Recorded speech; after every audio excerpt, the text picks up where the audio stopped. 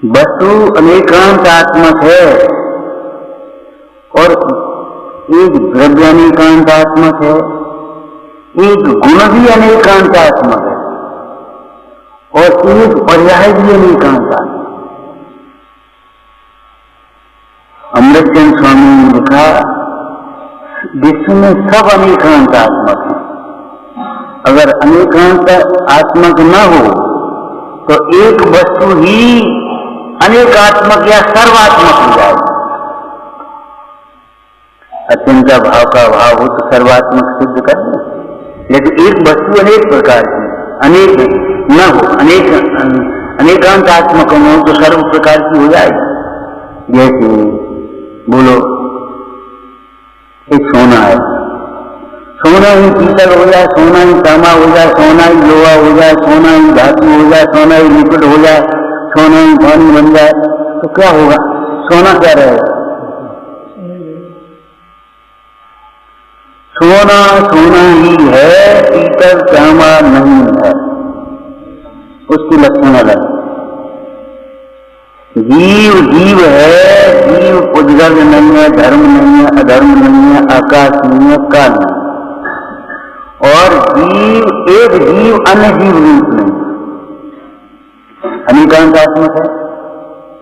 गेहूं गेहूं है, गेहूं चना नहीं, सरसों नहीं। एक अस्थि में अनेक नास्ती है कि नहीं? एक चौकी है, एक काठ की है तो स्टील की सोने की कुछ नहीं। एक चौकी है तो चौकी है, तखत नहीं, कुर्सी नहीं। अभी कोई आए चौकी नीचे रखी हो और बच्चा आकर के बैठ जाए, ये क्या करता है? ये बैठने की चौकी नहीं है, शास्त्र की चौकी। तो बैठने की नहीं है, ये नास्ती हो गई, और शास्त्र की है ये अस्थि हो गई। अस्थि नास्ती आत्मा की वस्तु हो गई कि नहीं हो गई? अनेकांत आत्मक कौन सा वस्तु नहीं है बताओ? एक वस्तु का नाम बता जो अनेकांत आत्मक न हो, जो सर्वथा नित्य ही हो, अनित्य नहीं हो। कोई वस्तु ऐसी नहीं। आप तो बिल्कुल बदल गए, पहचान ही नहीं आ रहे। तो पहचान नहीं आ रहे तो बोलने कैसे लगे? इसका मतलब है कोई चीज ऐसी है जो नहीं बदली।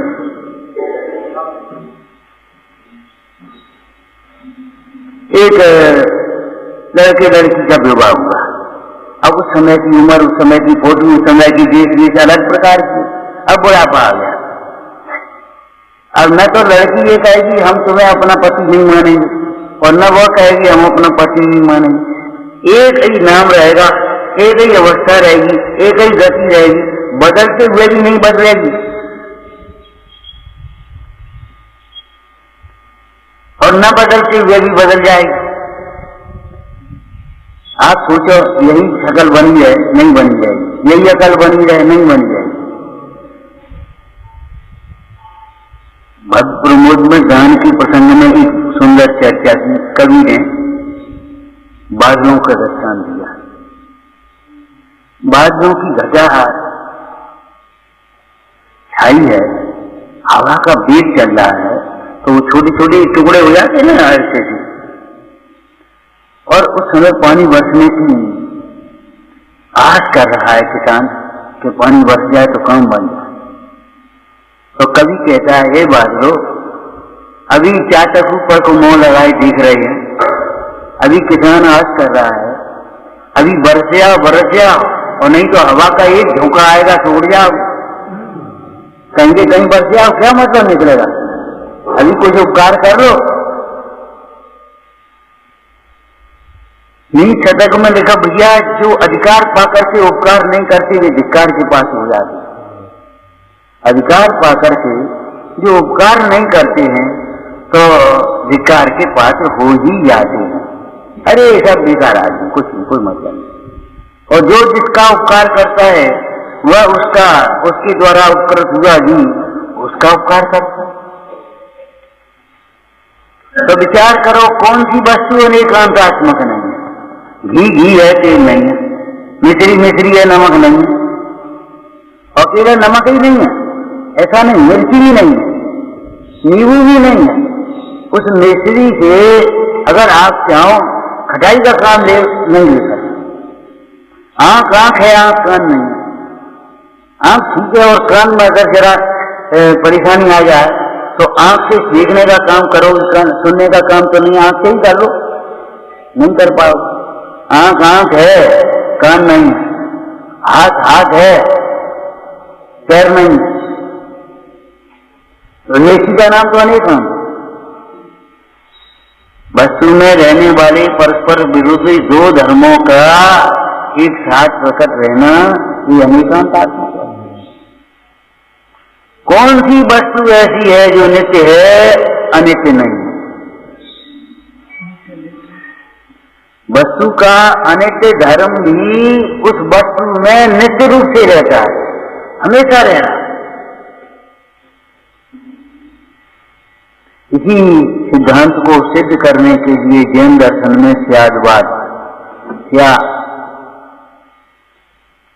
उनका है, भाई जीव नित्य है, तो सुनो क्या सर्वथा नहीं। अगर सर्वथा नित्य होता तो निरोध से निकल करके यहां कैसे आ गए आप? इतने छोटे जन्म हो जाता है इस पर्याय में भी, आज इतने बड़े कैसे हो गए?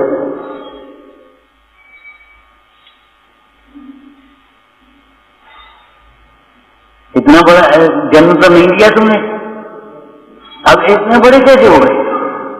अगर नित्य है तो वो बाल अवस्था नित्य है कि युवावस्था नित्य है कि अनित्य अवस्था, वृद्धावस्था नित्य है? तो एक भी नित्य नहीं है। अवस्था कोई नित्य नहीं है, लेकिन फिर भी वस्तु नित्य है।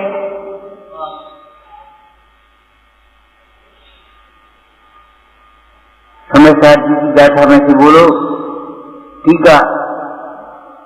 अवध स्पष्ट अनन्य, अनन्य कहा, अनंत की व्याख्या करिए, अनन्य की व्याख्या करो। एक मिट्टी की स्वभाव की दृष्टि से देखा जाए तो मिट्टी मिट्टी मिट्टी, और अगर उसकी पर्यायों को देखा जाए तो वही मिट्टी घड़ा बन गई, वही मिट्टी छिगरा बन गई, वही मिट्टी पिंड रूप थी, वही मिट्टी गीली होकर के गोल आकार हो गई। बताओ, मिट्टी मिट्टी मिट्टी। महावीर भगवान का वही जीव मारीच के भव में, पुरुलवा के भव में, देवगति में, सिंह के भव में, बोलो आप, और वही जीव तब तक बहिरात्मा था, सिंह की दशा में अंतरात्मा हुआ, और अंतरात्मा चलता रहा चलता रहा चलता रहा, और आज परमात्मा। द्रव्य दृष्टि कर सर्व थिर पर्याय थिर है कौन? करना क्या है कि प्रयोजन करना चाहिए। आपको बादाम दे दें, ले भाई खाओ, नारियल दे दें खाओ, कैसे खाओ? खाना होना चाहिए। आप अपनी आप दृष्टि से मत देखना, जरा छोटे बालक की दृष्टि से देखो। अब वो विचार रहो ना, खाने की क्या करे, नारियल क्या करे? आप छोटे बालक को एक नारियल दे, वो कुछ नहीं खा पाए, माँ कहेगी आप हम खिलाना, अरे हम खाएंगे। अब वो कैसे खाए? माँ ने वो नरे की और वो सब अलग किया जटाजू, और निकाल कर गली दे दी, बच्चा खाने लगा। जटाजूट नरेटी और छिलका वो सब अलग है, और खाने वाली गिरी अलग है। ऐसे ही द्रव्य कर्म, नो कर्म, भाव कर्म अलग है, और अनुभव करने योग्य शुद्धात्मा अलग है। आपको कुछ नहीं समझ में आएगा, हम मनुष्य हैं, लेकिन सुखी होने के लिए जिस स्वानुभव की जरूरत है, तो जिनवानी माँ कह रही हमारे पास आओ, यहाँ आओ, हम तो बताएंगे तुम ये नहीं हो। अरे भाई, सिद्ध भगवान के जैसे शरीर नहीं है, तो इससे ये समझ लेना चाहिए तुम्हारा भी स्वभाव नहीं है शरीर, शरीर तुम्हारे स्वभाव में भी नहीं है, ज्ञानावरादि कर्म तुम्हारे स्वभाव में भी नहीं है, मोह राग द्वेष रूप भाव कर्म तुम्हारा भी स्वभाव नहीं है। तुम भी स्वभाव से देखो तो रागादिक भावों से शून्य हो और ज्ञानादिक भावों से परिपूर्ण हो, सदाकाल शाश्वत भगवान।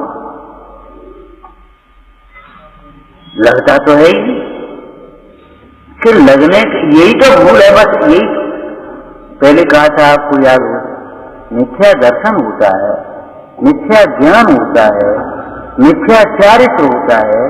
कहीं पढ़ा हो आपने मिथ्या आत्मा होता है, कहीं पढ़ा हो? उसको कह देते वैरात्मा। परिणमन की अपेक्षा 3 भेद कह देते, वैरात्मा, अंतरात्मा, परमात्मा। लेकिन इन तीनों में कॉमन कौन है? आत्मा। वैर विशेषण और आत्म विशेष, अंतर विशेषण और आत्म विशेष, और परम विशेषण और आत्म विशेष। तो एक सामान्य क्या रहा? आत्म आत्म आत्म। हे भाई, जिसको तुम वैरात्मा मान रहे हो, पापी मान रहे हो, मूल मान रहे हो, वह भी आत्मा है, तिरस्कार मत करना, उसका भी तिरस्कार मत करना। ये चरणन योग का जो सिद्धांत है वो द्रव्यान योग से अंतर्गर्भित है, अनुवासित है। घृणा तुम पाप से करना, न पापी से कभी करना। कितने वैरात्मा हो, उठ जा। अब किसको सुनाओ?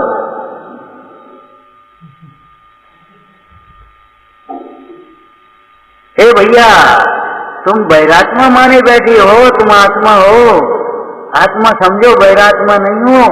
ये तो क्षणिक पर्यंती है, एक समय की पर्याय में भूल है, भूल मिट जाएगी, तुम ही अंतरात्मा बन जाओगे, काम बन जाए। अब वैरात्मा को हटा दो, हटो, वैरात्मा जाओ, बाहर जाओ, तो अब कौन बचेगा?